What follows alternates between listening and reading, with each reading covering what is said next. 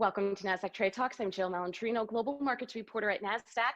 Joining me is Madhu Ranganathan. She is the CFO of OpenText to discuss what OpenText is doing to help their clients empower their workforce as they navigate through COVID-19 and move towards a more resilient tomorrow. Madhu, welcome to Trade Talks. Thanks so much for joining us. And thank you, Jill. Thank you for having us, and it's great to talk to you in the Nasdaq community. All right, tell us about OpenText. Yeah, for sure.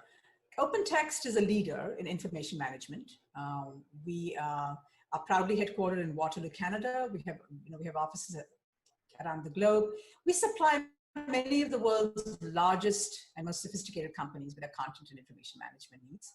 We recently entered the consumer and the SMB space with the acquisition of cybersecurity vendor Carbonite.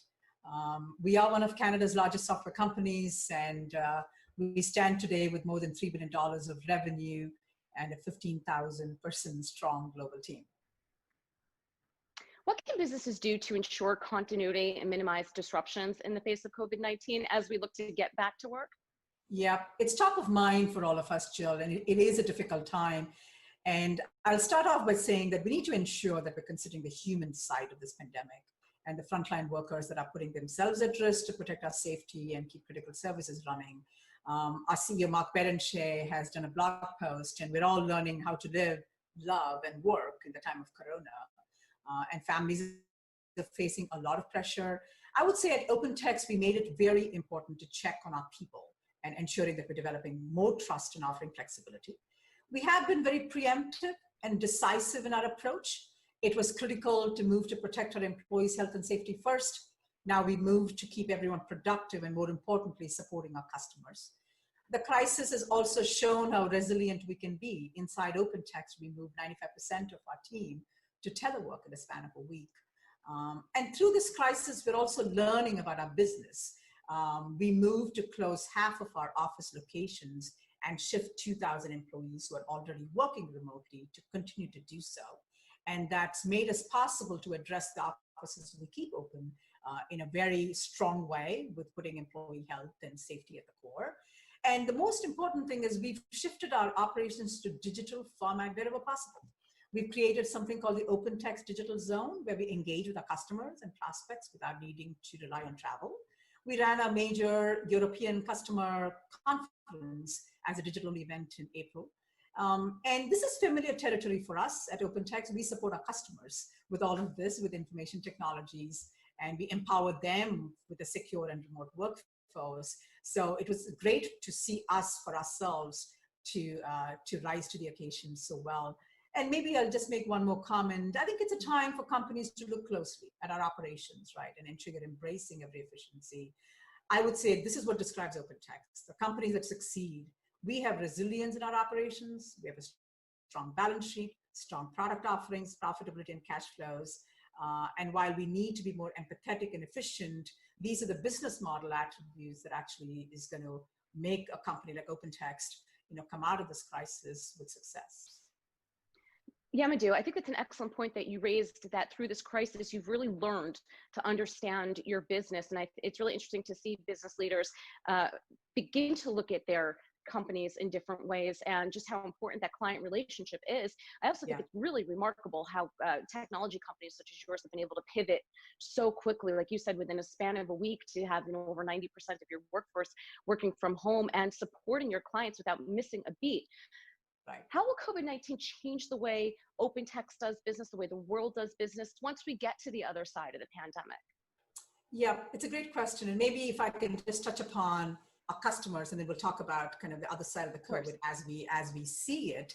Our customers are facing immense challenges, and we're stepping up to help in a big way. Cloud is a big component of our business model. It's a 20-year opportunity we see to shift to the cloud, and COVID-19 has really accelerated these trends. We are very aligned to our customers' needs, their buying needs.